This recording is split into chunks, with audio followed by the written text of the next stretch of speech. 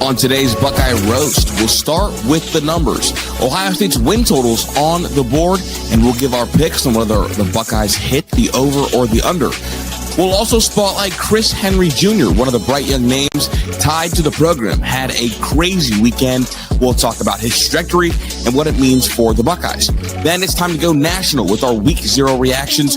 Who impressed? Who stumbled? What we thought of the sloppy madness over there in Ireland. And finally, the countdown is over. Week 1 is upon us. We set the stage for Ohio State's opener and everything you need to know before they kick off the massive matchup with Texas. I'm Chris Drew, and this is the Buckeye Roast with Ron and Q, right here on Dead Air Sports.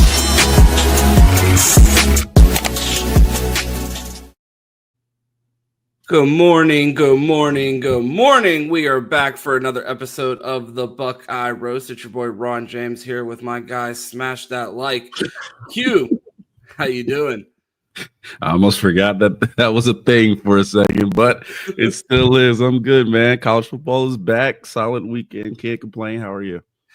Pretty good, pretty good. College football is officially back, but I have a stat / trivia for you. I decided to combine them today. Okay. All right. Let's see.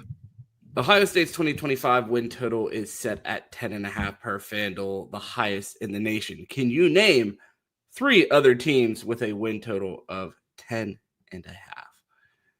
All right. I think I know 2 off my back. So I mean, off my back. 2 off. What? Off the top of my head, I don't know where I said that from. Okay. So Penn State. Get them off your back right now. Off my back. It's been a stressful weekend. All right. Penn State, is that one? That is one. Okay, Penn State. Oregon, is that 2? Oregon's not at 10.5? Okay. They're at 9.5. Oh, shit. Texas. 9.5. Damn. Okay. Let me think here. Clemson. You're at 2. Okay. Clemson 2. And I need one more here. Who am I missing? Familiar foe.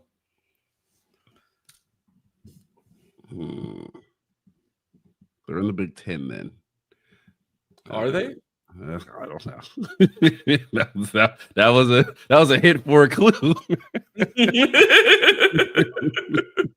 Who is that? Oh, is it wait, is it Indiana? I just told you they're not in the Big Ten. Oh shit. You said are they? That didn't mean they weren't. Okay, so we got Clemson, we got Penn State. Who else am I missing? I think you're thinking about conferences, and maybe that's leading you in the wrong direction. Oh, Notre Dame. There you go. Okay.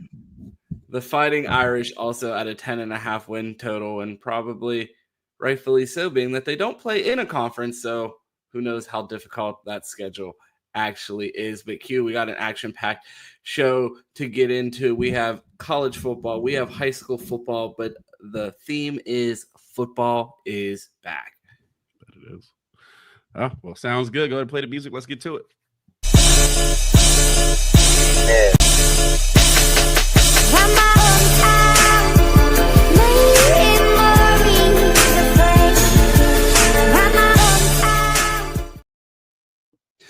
Q, preseason football has been here for a couple of weeks, but I don't think there is worse football on the planet to watch than NFL preseason. So my football season officially starts when high-level college or high school football starts getting played, and we saw a couple of awesome matchups. We saw American Heritage take on St. Joe's Prep, Diabell, number 1 quarterback in the nation, taking on potential future Buckeye in Jet Harrison at St. Joe's Prep, alma mater of Josiah Trotter, Kyle McCord, Marvin Harrison Jr.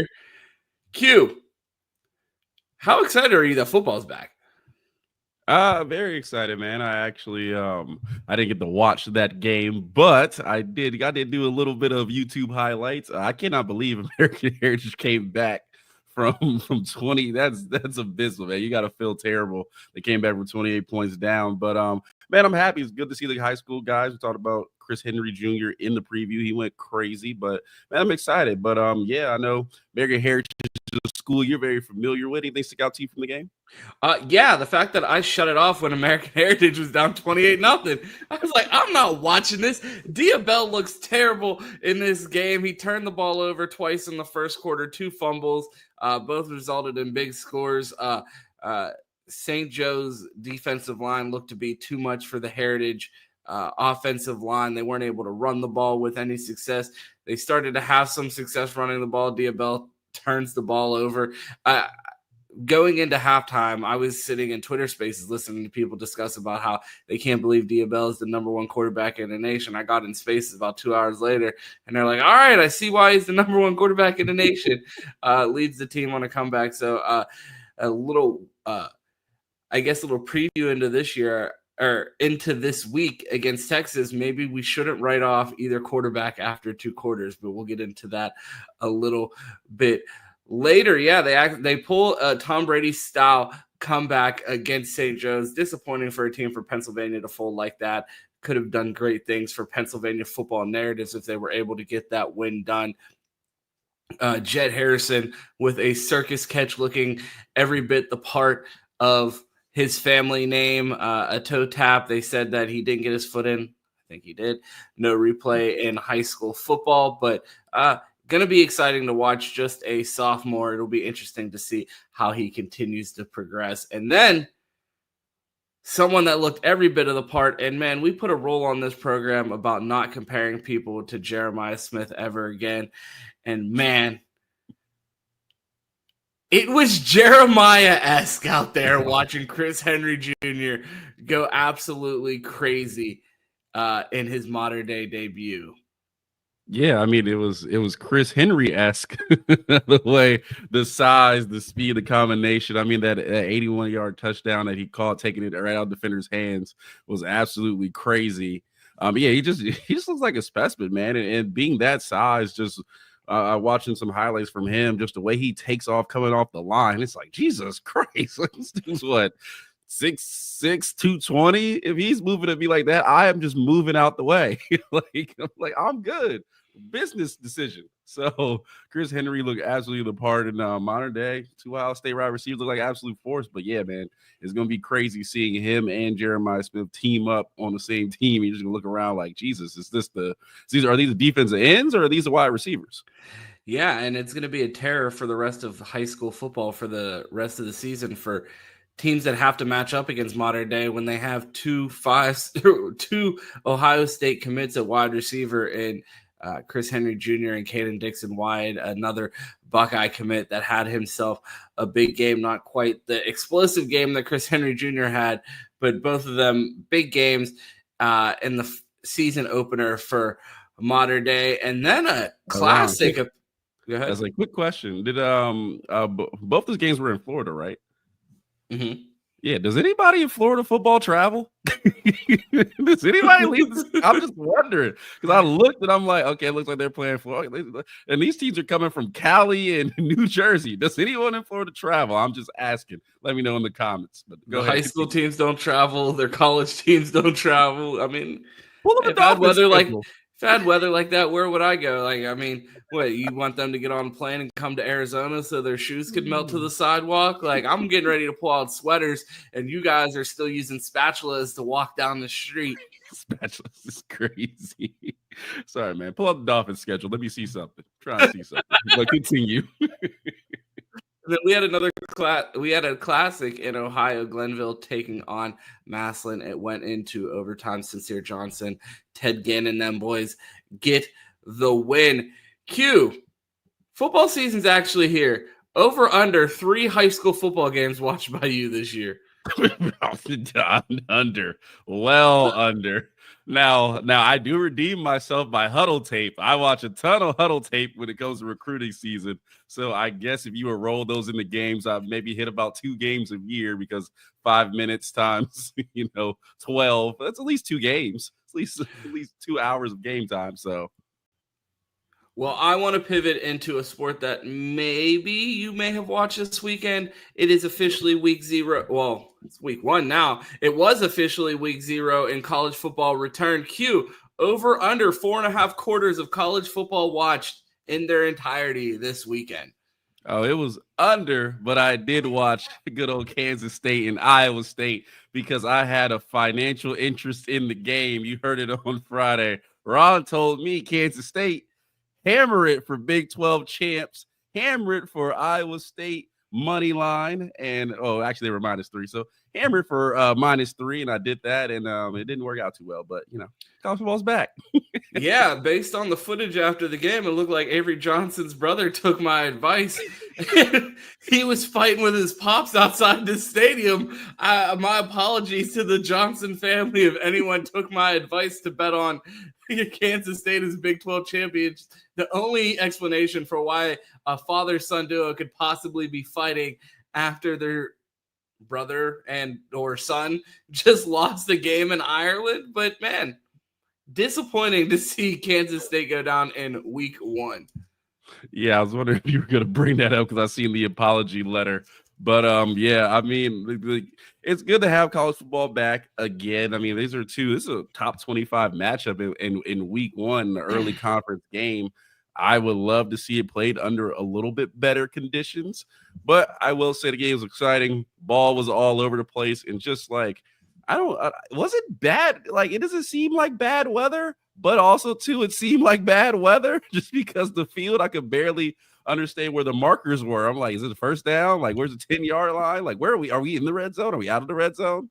But I mean, get to travel to Ireland. Good first matchup. A little bit of a rusty game for teams, but some chunk plays over, especially Avery Johnson. I think he was averaging like 15 yards pass or something like that. So definitely some chunk plays there, some exciting football. And obviously, if you made it to the end of the third quarter, the game really heated up because the first 3 was like, we're getting nowhere. This is definitely Big 12. This is not Big 12 football I know. Then the last quarter was like, oh, this is Big 12 football.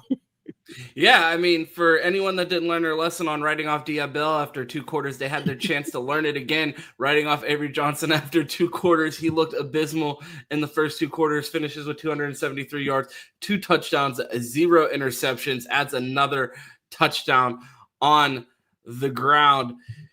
Q, I had to call my financial advisor during the game, not because I bet on Kansas State as a as a favorite to win the Big 12 or because I bet them to beat Iowa State, but because I needed to check in on one of my stocks, and I sat up like Leonardo DiCaprio in that meme to point at the TV because I'm like, I know that guy.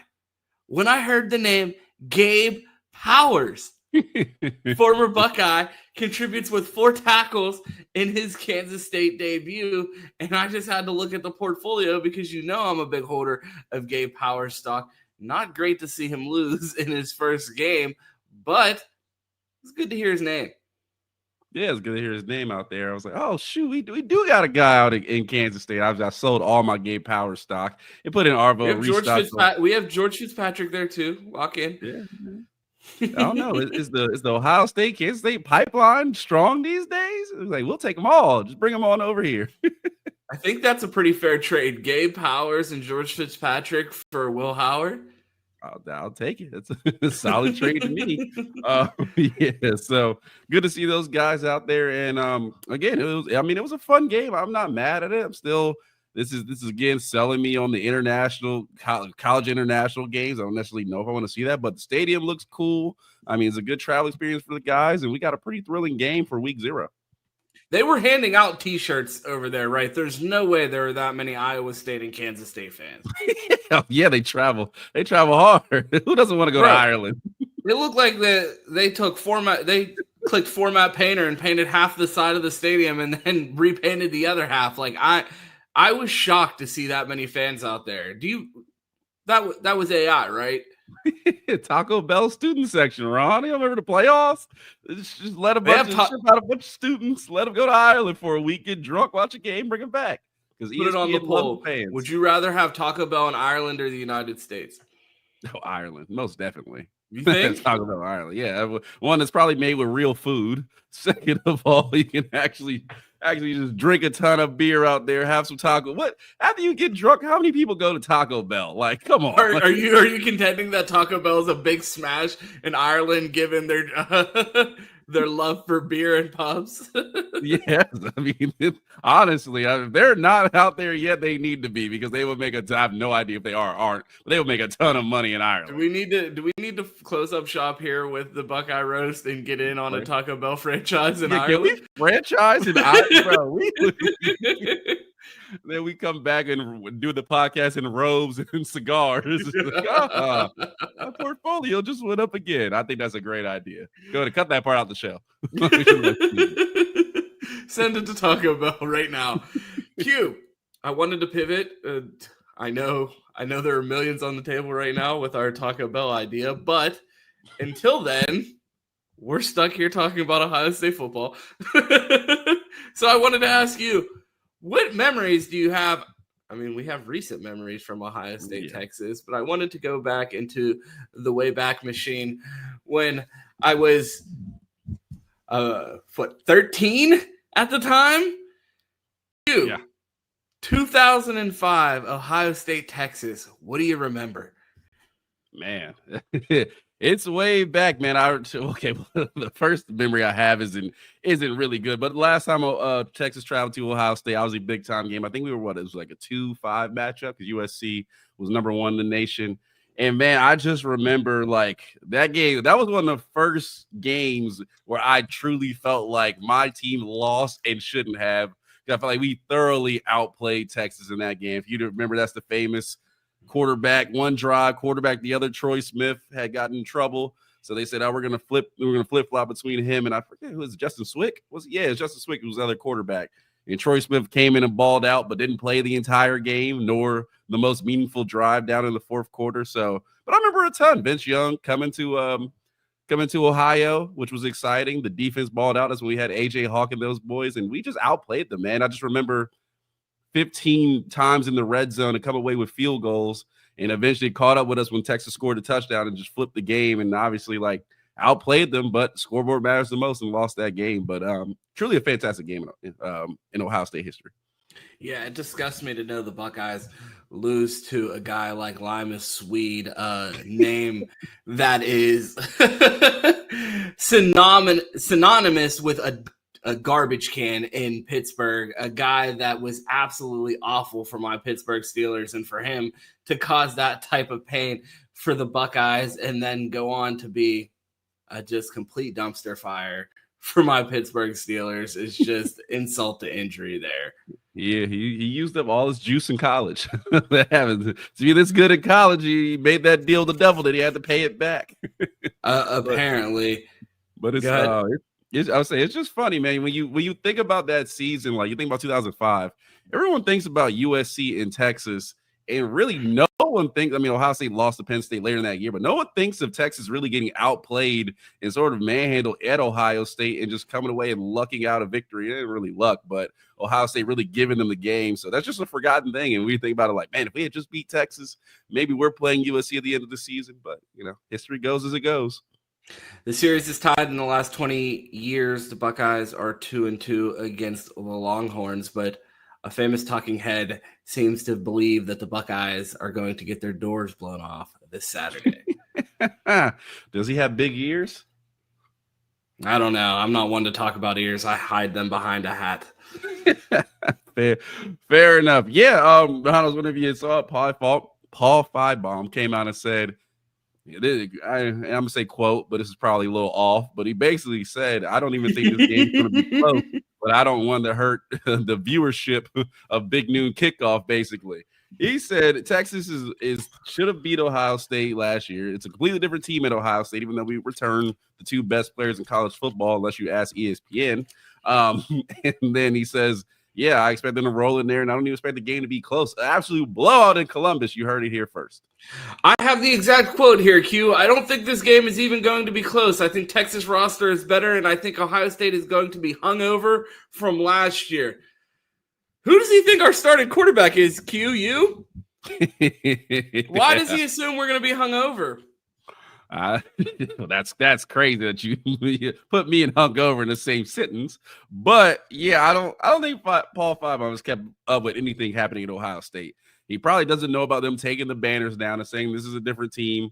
He probably doesn't know about how hungry these guys are who haven't played for years to come in and have their chance. I mean, not to say Texas can't blow Ohio State out, like anything's possible, but to say that that's probable and more than likely is crazy. Like, I mean, Ohio State can go blow out Texas in week 1. We don't know what Arch is. We don't know what this offense is. We know our defense is going to be good, and we know the Texas defense is solid, but we have the wide receivers and the weapons on offense to really test them. So we can come in and say Ohio State's going to blow them out, but it would be a crazy thing to say before the ball is kicked off. So, I mean, SEC talking heads, it is what it is, but I just want to get your reaction. I thought that's kind of crazy to say. I mean, you don't see the Buckeyes really get blown out that often, so to come out and say that the Buckeyes are going to get blown out is kind of a crazy take. But when you have two teams whose returning production is both in the 80s this year and this level of talent on both rosters, I feel like the matchup can go in either direction. So while I don't believe the Buckeyes are going to get their doors blown off and Paul Finebaum's an idiot, it's not that crazy of a take, because if someone were to come out and say, I think the Buckeyes are going to come out here and kick Texas's ass, I wouldn't be that surprised either. I mean, I think it's more so because Paul Finebaum said it, and he would never come out and say, even if it was logical, Ohio State is going to blow them out. So what would be more biased? Me coming out and saying, I think Ohio State is going to blow out Texas, or Paul Finebaum saying he thinks Texas is going to blow us out? I've never heard Paul Finebaum criticize the SEC. I've heard you criticize Ohio State. So me never. I think even last year when it was like one ESPN show where they were talking about like Ohio State would beat Texas with SEC players on their roster, and it was like, what? Come on, bro. What in the transfer portal era? What are we doing? So yeah, I think you are far less biased than Paul Finebaum is, but you know that if that's his thing, man, I just don't disappear if they end up losing or if it's close. Don't go hide and say, I got it. No, we don't want to hear that. Yeah, definitely don't go hide. While you're here, make sure you smash that like button. We are here weekdays on Dead Air Sports for the Buckeye Roast, Monday through Friday at 8 a.m. We have a like goal of 50 likes per episode. We have been doing this thing for what, Q, 2-3 weeks now, and we still have not hit that like goal. Do us a favor. Make sure you smash that like button. It costs you nothing. It helps us a ton. Q, I wanted to set the stage for week 1. Week 0 was filled with tons of turnovers. I had to pull up the box score for Iowa State, Kansas State, and allegedly there were only 4 turnovers. It felt like there were 14. It felt like even every play that wasn't an actual fumble, they're like, well, that was a live that was a fumble if they didn't fall on that. And I'm like, well, I thought they count those as fumbles, but not fumbles lost. Whatever. The ball was on the ground way more than I think Buckeye fans could handle if it were to be that way for us on Saturday. Q, how important is this turnover battle going to be on Saturday? It'll be very important, but I mean, I feel like these, I don't know if it's just the Ireland game or the overseas games. Those games always feel more murky than they should be. Well, I would say the rain doesn't help it. It was like they should have just when they put the forecast on the screen, it should have just said depression. It was just rain and 65 degrees. I'm like, man, are they playing that in Ireland or Pittsburgh? If you watch Premier League, that is most of the season. I'll just tell you that. Yeah, those games always are pretty murky. I'd say I expect the turnover battle was very important. Ohio State definitely returns enough playmakers where you're hoping. I mean, JTT and Jack Sawyer are gone, and you know what those guys were able to do, especially during their playoff stretch with causing turnovers and setting teams behind. So you're definitely looking at the DNs like, hey, or the defensive line in a whole saying, hey, like, can we disrupt Arch Manning? Like, we don't know what he is yet. We want to figure it out. But can you start to, especially with the secondary we have, can you start to force him to make, a second late decision and cause some turnovers? On the Texas side, we will see. I mean, Julian Sayin being the Ryan Day guy, he doesn't turn the ball over. Which is the reason why Cam Bort's not here. Ryan Day doesn't do turnovers. So you're expecting those guys to be able to hold onto the ball. So what the actual box score from Kansas State said with only 3 I think I saw like 3 turnovers. If it's 4, okay, it's 4. yeah, you expect it to be under that, but you can see maybe a turnover or two in this game. But I think it's going to be a pretty clean game overall. But I think turnovers battle is important. You just got to limit it. But I think both teams will for the most part. If you had to predict, I'm going to set the line at 0.5 turnovers for both quarterbacks. Who do you feel is more prone to turn the ball over in this game? If you look back at the Ohio State-Texas matchup from a year ago, Will Howard had an interception in that game. Quinn Ewers had an interception in that game. And then, of course, the famous Jack Sawyer strip sack. Yeah, I would say Arch, only because he's a little more likely to get to use his legs, move around a little bit. So I think he's a little more mobile, but with the with the linebackers we have right now, I don't know if running is exactly the best option currently. So I feel like, maybe they're stripping the ball that he's trying to run is possible, but I expect him to kind of take care of the ball a little bit. And again, I can see an interception from him, but I would expect 2 or he's going to get cussed out on the sideline from Ryan Day. So I gotta say maybe Arch is maybe a little more likely if I'm feeling it, but I don't expect him to have a lot of turnovers. We talked about the lack of returning production for both of these squads, but a lot of these guys are familiar with each other given the matchup just last year. How much bad blood do you think there is still left between these teams given the recent matchup and playoff history between the two, despite all of the new faces on both rosters? I feel like there will be a good amount on the Texas side. I mean, those guys are back. They felt like Ohio State took their chance at a natty, which if you're the betting favorite, it would have been them, if not Ohio State, after that game. So I feel like Texas definitely is motivated coming in saying, hey, we can literally go rewrite. I mean, you're not getting a natty trophy back, but you can literally go rewrite, which happened just a few months ago now. From Ohio State side, it feels like a new team. We've had these guys around for a while, and I think they're more looking at this opportunity saying, hey, we're the number one team in the nation coming into our house. This is a chance for us to prove ourselves. Kenyatta Jackson, we know him, but the nation doesn't. Arvell Reese, we know him, but the nation doesn't. Brandon Ennis, we know him, but the nation doesn't. So it's like these guys, it feels like a new opportunity for them. And Texas side, it may feel like, all right, it's get back time. So I say they probably have a little more bad blood than we do right now. We have a little bit of war of words, or lack thereof words, back and forth on the timeline right now. Colin Simmons posted a picture of Julian Sayin. The Buckeyes respond by posting Sonny Styles standing over the Texas tight end in a call from last year's game that Sark felt was targeting. Q, do you think they need any more bulletin board material, or do you think with this being week 1, both teams are ramped up and ready to go regardless of the social media antics? I mean, this is as, I guess, polite as social media beef goes, just posted a highlight of the picture. But I feel like if you didn't have enough, Paul Finebaum certainly gave you some and said, y'all boys about to get blown out. So I'm sure if anything's playing in the Woody, in a loop, it's that. I would say I think these teams are very excited. The start of college football season, you're excited playing Grambling State or, insert your school here. So I think they're excited regardless. But, I mean, definitely it adds a little bit to it, but I don't think these teams need any more juice. You know what I'm super excited for? The potential for the fake underdog celebration from Ohio State. No one believed in us. It's like, it's just one Maddie. What are you talking about? Don't even get me started. That would be actually hilarious. Well, if you guys want to talk about Stormfield, go ahead. Run on the field in Ann Arbor if we win.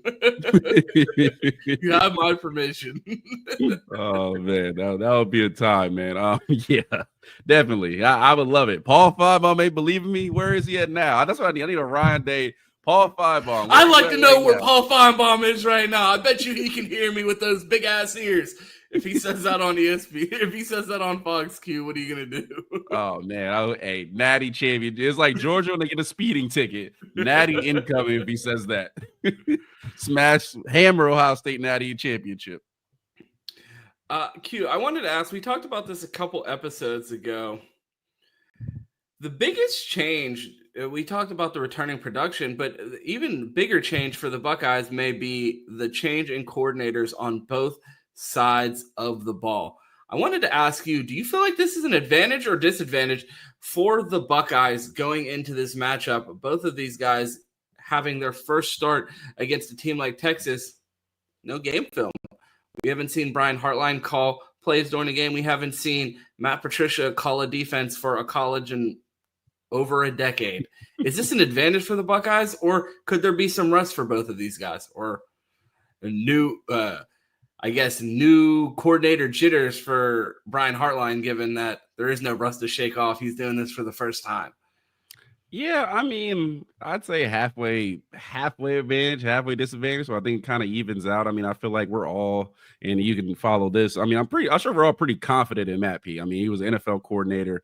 It's nothing he hasn't seen before. It's schematically, and he has. But it's college football. People say that as if it's like a fucking different sport. Yeah, with NFL players. Yeah, like, in college, they don't pass the ball. Oh, no, an option. Whatever am I to do? There's only 9 players in college. Like, what? It's the same sport. Yeah, I feel like, if Jim Knowles can rise up the ranks and be as good as he was, a coordinator coming down from the NFL for the Patriots of all teams, it's gonna be doing okay.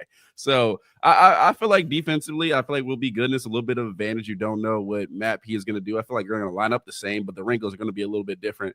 Maybe there. On the offensive side of the ball, I mean, Brian Hartline, I think we don't know what to expect unless Ryan Day is calling plays, which I could say might happen here. So I feel like Texas will be prepared. I don't know if it'll be a crazy change. I mean, obviously, losing Chip Kelly is always going to be a downgrade if you didn't add somebody in to fill Chip Kelly's experience. But I mean, you feel like Texas will come in and say, hey, this offense is going to follow what Ryan Day is going to do. We're pretty comfortable with that. We're going to look at last season and say maybe it's a little bit different, but we kind of have the model for what Ohio State does on offense. So I would say it's a wash. And for Texas, obviously bringing coordinators back, I mean, it's going to help them. They have that comfortability rolling into game one, and those guys have been preparing. So I think I would say advantage a little bit on the Texas side as far as coordinators, but we will see. Was that their D coordinator that fell to the ground during the TreVeyon Henderson screen pass? Yes, along with myself. we both fell. Oh my God, what just happened? I wanted to stick with the running backs in that previous matchup. Ohio State only ran for 82 yards last year. I feel like those numbers are a bit skewed by the fact that TreVeyon Henderson had a 75-yard screen pass for a touchdown. But I adjusted the line to 100 yards. Do you think the Buckeyes rush for over 100 yards in this game?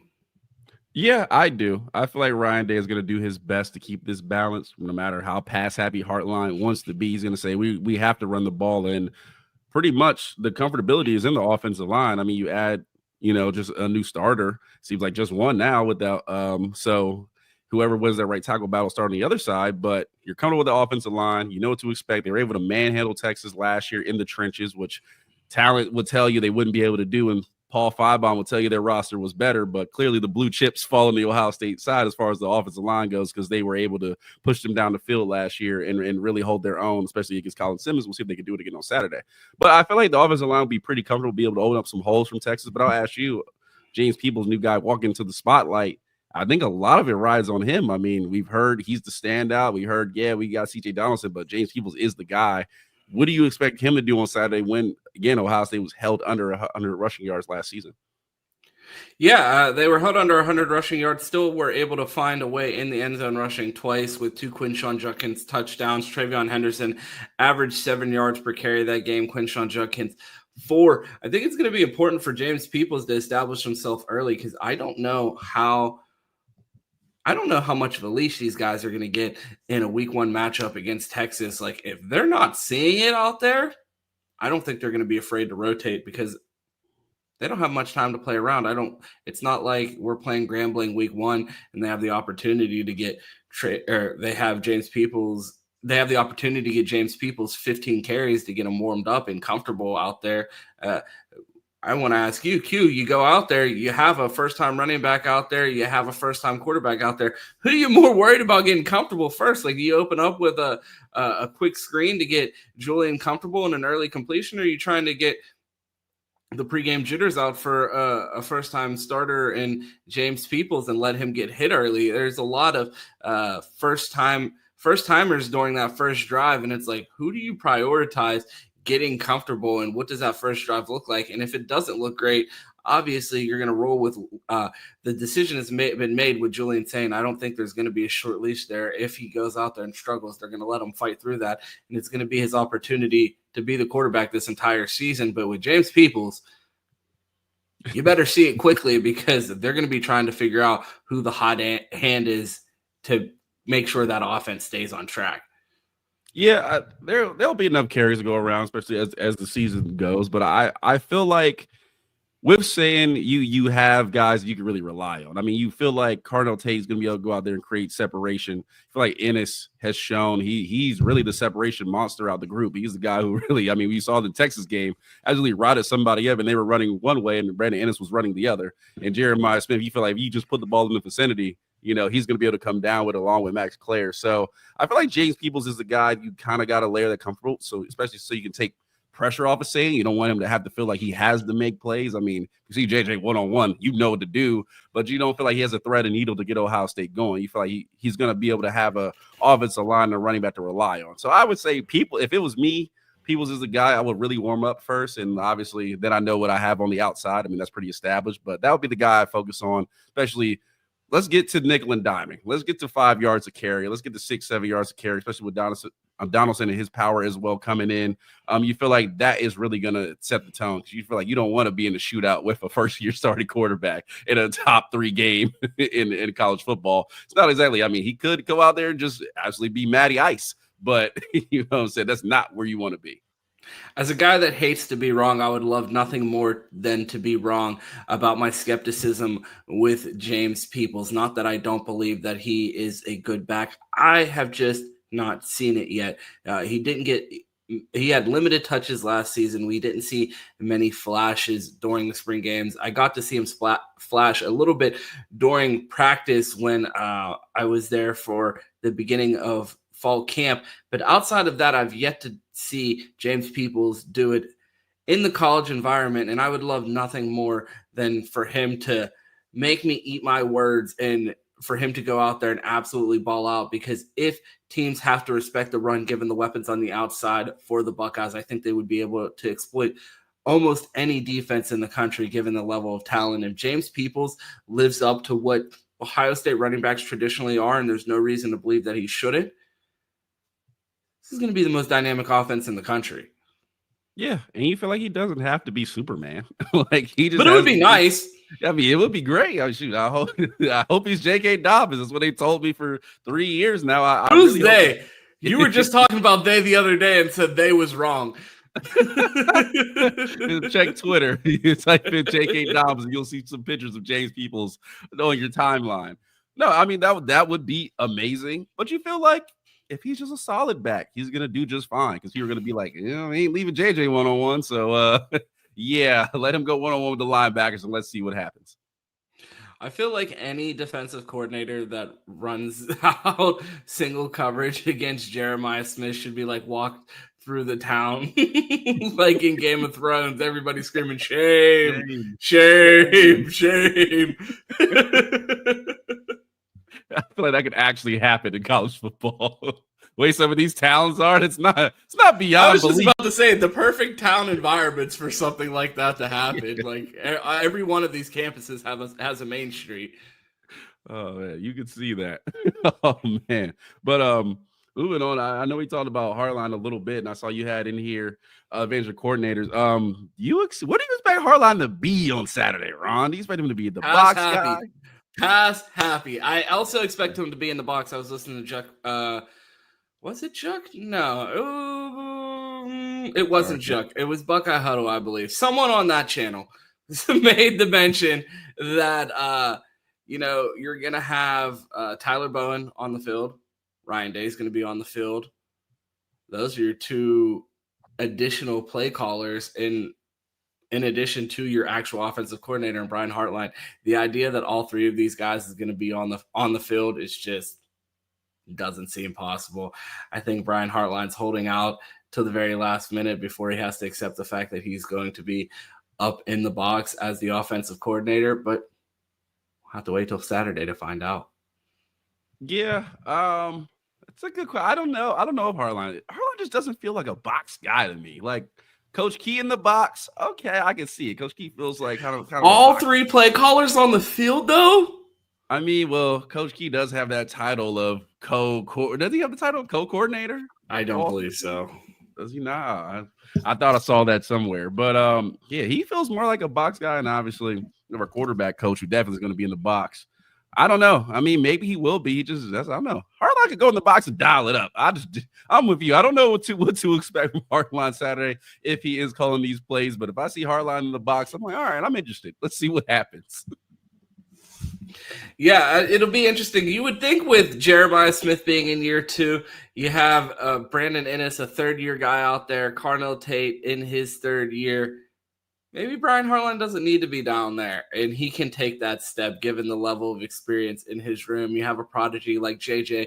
You want him on the sidelines in his freshman year, making sure that he's getting all the coaching possible. But you heard JJ.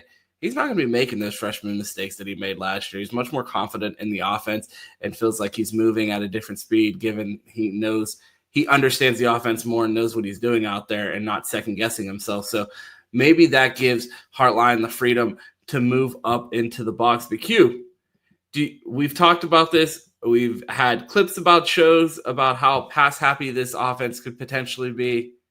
We'll be out there airing it out against Texas. I don't think the weakness of Texas is their secondary, so it would be bold to say, hell, we're going our best against your best and see what happens with zone 6 versus Texas defense. Are we about to see the inverse of Michigan? Like, hey, go ahead, throw the ball on them, and Ryan Day's like, watch me run it. And then it's like everybody's like, they got a good secondary at Texas. You should probably just run it up the middle, and Brian Hartline's like, JJ's down there somewhere. It's like, could we potentially see the inverse of the Michigan game? We should be running the ball, and we're out there passing it. Yeah. And vice versa against Michigan. We're out there running it, and we should be passing it.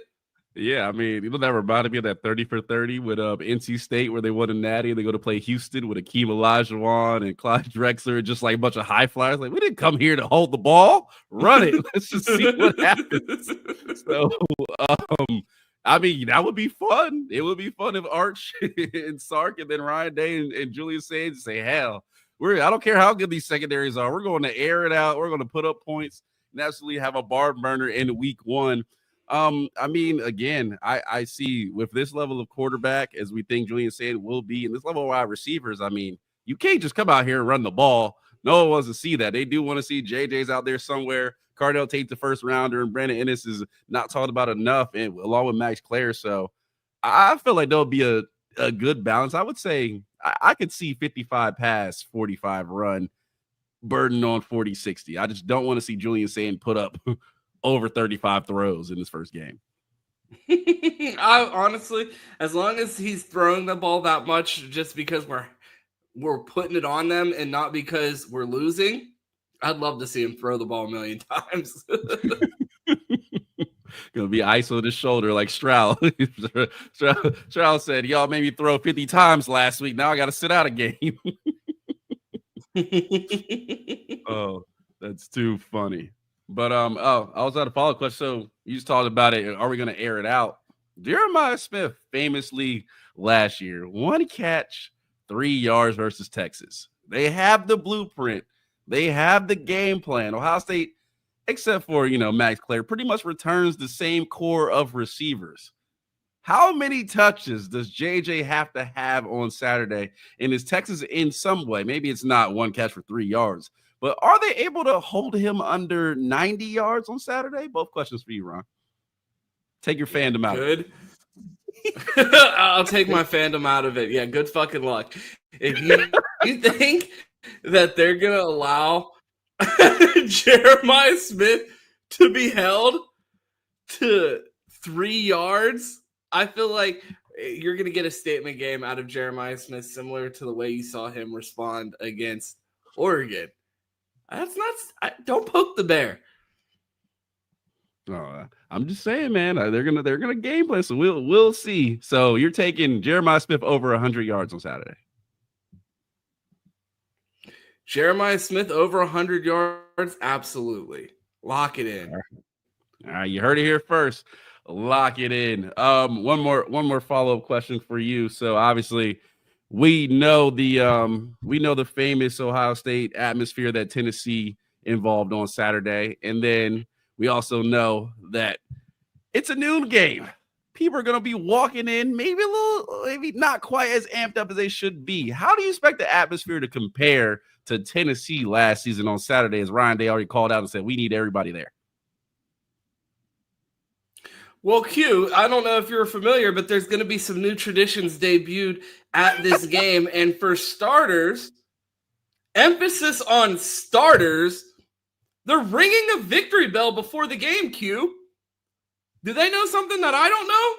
If they're ringing the victory bell before the game, that's a guaranteed dub, no? I mean, it would have to be. I might want to move that to after the game, but, if they're going to do it before the game, you better win. You maybe start that against Grambling State, but it is what it is. So shout out to Archie Griffin. I almost said Archie Man for a second. Archie Griffin. What is this guy? Shout out to Arch Manning? What show is this? How many guys are named Archie? Two-time Heisman winner Arch Manning? What? Two-time Heisman winner Arch Manning, because he's coming back again next year. No. Shout out to Archie Griffin ringing the victory bell before the game. So you gotta hold it. You gotta hold it down for at least him. If he ring it and we lose, he's gonna get trolled online. But Q, I mean, how could you not anticipate the environment to be more ruckus than Tennessee, who we're about to have this song playing? No, not grow up, gonna look back at the place I left. Rolling the dice on the weekend, conversation a couple of kids. Smoking cigarettes, I'm in school with my best friends. Never will forget, taking out with me till the end. Football and Q, are you getting a pack of cigarettes for this game, given the new debut of this song? Columbus is a city, right? Like, it is a metropolitan area. Why does the song make me feel like I'm in like Mississippi right now, and there's no civilization within sight, and I'm just out by a lake. Bro, he's singing about Ohio. That's what he says in the song. I guess there's some country everywhere. Oh man, I mean, a lot of new traditions. They brought it last year for Tennessee, so you would expect maybe they say we don't want to spend money like we did on recruits, but hey, that game day experience will be right. So I would expect it to be a raucous crowd. I mean, I will say there was a lot to prove against Tennessee as you see opponent coming in, so the crowd was definitely up for it. They were drunk and ready to go. Maybe they won't be as drunk, but they'll be ready to go. I have faith in the state of Ohio that there'll be plenty of drunk, given even if it's noon. We got a celebration, Q. We're hanging a new banner. I mean, I'm excited, man. It's starting a new season off, 1-2 matchup. I got to figure out where I'm going to watch the game because the bar's not even open yet because it's at 9 a.m. But, it is what it is. Holy Q, stomping around Arizona, peeling his shoes off the sidewalk, looking for a bar at 9 in the morning. They're like, sir, it's 3,000 degrees. How about you try a water as he's throwing eggs at the closed establishment because he wants to drink in 100-degree weather at 9 a.m. and watch his Buckeyes 30 minutes from the Woody. That's what I'm saying. My favorite bar to open till 10. Now I gotta go. We do have an Ohio State bar here, so I'll probably be at Bottled Blonde. Musty Blondes? Bottled Blonde. See, I could have, Ron, see, this is how bad it is. I could have been at a bar at 9 a.m. Instead, I'm in a club at 9 a.m. to watch the game because they don't want to open up until 10 o'clock a.m. So I'm upset. Reputation's gotten worse. Well, make sure you find some shade down there in that weather. I see it's been brutal down there lately. How you been hanging in there? Man, I'm hot at night. Let alone daytime. Honestly, it doesn't start feeling good until like 3 a.m. I mean, yeah, literally 3 a.m. I'm like, oh, weather's not so bad. Oh, is that why we record this show so late? I mean, it is. I'm about to step outside and be like, hey, it's not so bad out here. But hey, don't worry. The perfect time is coming. I feel like when you step out of your apartment, it's like when SpongeBob gets the Sandies and it's like immediately cannot breathe. Yo, it's funny. So some days I don't even step outside until I'm done with work. So I'll be done. I'll be like, oh, let me go get something to eat after work. It'll be like 5:30, 6 o'clock. I'll step outside like, holy shit. What are we doing today? Jesus Christ. It's always hot, man. But this is perfect football weather in Ohio. So it's a great time to be in the great Midwest right now. Yeah, I saw the forecast for Saturday. It appears to be something similar to that of Ireland without the rain. So Buckeyes should be able to stay cooler than you will be at Busty Blondes. But Q, outside of being there on Saturday for the game, let the people know where they could find you. Yeah, man. Appreciate it, Ron. So it's the late night to give you this early morning fire content. I know we had a busy day. Apologies for like the 5 yawns during the show. It's not that the show's that boring. It's that it is currently 1:20 a.m. and I also worked today. Texas coming to Ohio. Boring. Boo! Who cares about college football? Are we still talking about that? Yeah. When do the Jets come and play here? Yeah, make sure you smash that like for my guy Ron. Stick it up with his late nights. We get the early morning content. If you know anybody that's still looking at BDM and saying where are the shows at, make sure they come over here to Dead Air Sports, like and tell a friend, like that video. Most certainly hit the comment section. We are looking forward to that. Big time week. If you want to find me, I'm City Boy Quentin on Twitter, Find Jobs on Instagram, and Monday through Friday with my guy Ron. Can't wait for the live show on Friday, but we got to ramp you up and get you ready for that because that's going to be a good time. Ron, where can they find you at? You can find me here weekdays on Dead Air Sports live on Fridays, but you can catch us here at 8 a.m. on Dead Air Sports for the Buckeye Roast here with my guy Smash That Like. Be sure to hit that like button. We have a goal of 50 likes every day.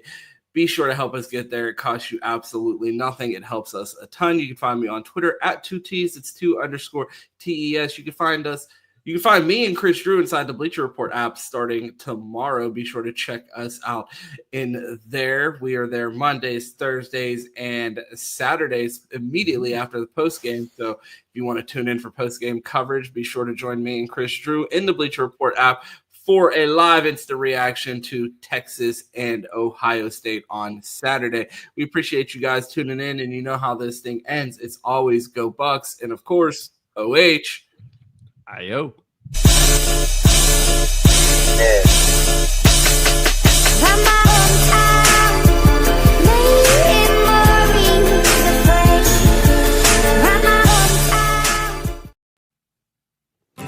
No, when I grow up, gonna look back at the place I left.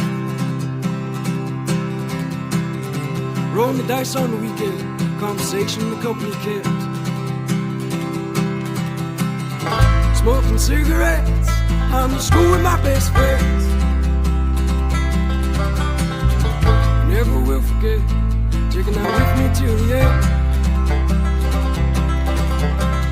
Football and tall trees, the autumn never ends.